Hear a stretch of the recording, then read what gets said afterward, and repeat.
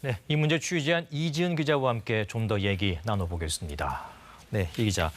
수원 세모녀 사건 직후에 이제 정부가 대책을 내놓겠다고 했는데 지금 준비되고 있는 게 있습니까? 네, 이 정부가 입수하는 가구별 위기 가구 항목, 위기 정보 항목을 늘리는 작업이 진행 중입니다. 예. 기존에는 단전이나 단수, 채무와 같은 34가지 징후들을 활용해 왔는데요. 앞으로는 이거를 39가지로 확대하겠다는 겁니다. 예컨대 중증질환 산정특례 등이 새로 추가되는 항목입니다. 이 암 진단을 받았던 수원 세모녀 어머니 사례에서 보듯이 이 중증질환 정보가 확인이 되면 숨은 위기 가구 확인이 좀 더 가능해질 것으로 보고 있습니다.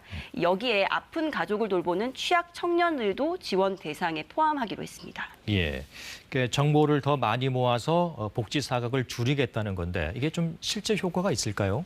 네, 지난 2014년에 있었던 송파 세모녀 사건 기억하실 겁니다. 그 사건 직후에도 정부가 이 위기 가구를 발굴을 늘리겠다고 위기 정보를 약 한 2배 가까이 늘려왔습니다. 그런데 그 후로 8년이 지난 지금 또 이 수원 세모녀 사건이 발생을 했거든요.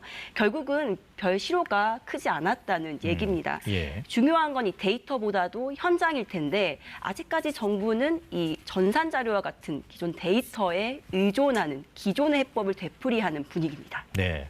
자, 그렇다면 이제 보다 좀 더 실효성 있는 대책들을 어디서 찾아야겠습니까? 이 찾아가는 복지라는 말이 있잖아요. 예. 찾아간다라는 건 결국은 사람이 해야 하는 일이고 결국 이 일을 담당할 인력이 그만큼 중요하다는 그렇죠. 뜻일 것 같은데요. 이 정보를 아무리 다양하게 입수하더라도 그 정보를 현장에서 활용할 수 있는 사회복지 전담 인력들 확충이 가장 중요할 것 같습니다. 이 현재 읍면동 공무원 1명당 적게는 65명에서 많게는 260명의 위기 가구를 담당하고 있습니다.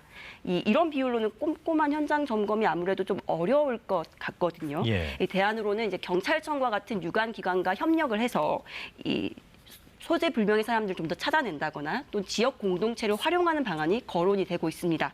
또 최근에는 서울이나 부산의 이 7개 지역 우체국에서 집배원들이 이 위기가구 정보를 포착해서 정부에 전달하는 이 복지 등기 사업이라는 것도 시행하고 있습니다. 네, 결국은 우리 사회 모두에 좀 관심이 필요할 것 같습니다. 이지은 기자 잘 들었습니다.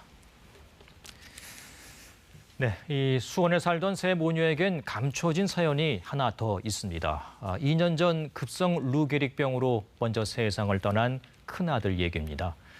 아버지 사업이 실패하면서 20남짓부터 이 청년은 20년 동안 가족의 생계를 책임졌습니다. 방세와 생활비, 어머니와 여동생들 치료비까지 혼자 감당해야 했지만 국가도 사회도 손을 내밀지 않았습니다. 이 청년 가장이 숨지고 2년 뒤 세 모녀도 가족을 따라간 겁니다. 20년간 지독한 가난과 싸우다 유골함에 담긴 채 다시 만난 가족들, 이제 편히 쉴 수 있을까요? 너무 늦었지만 마지막 가는 길은 덜 외로웠으면 합니다. 남겨진 이들이 적은 뒤늦은 추모사였습니다.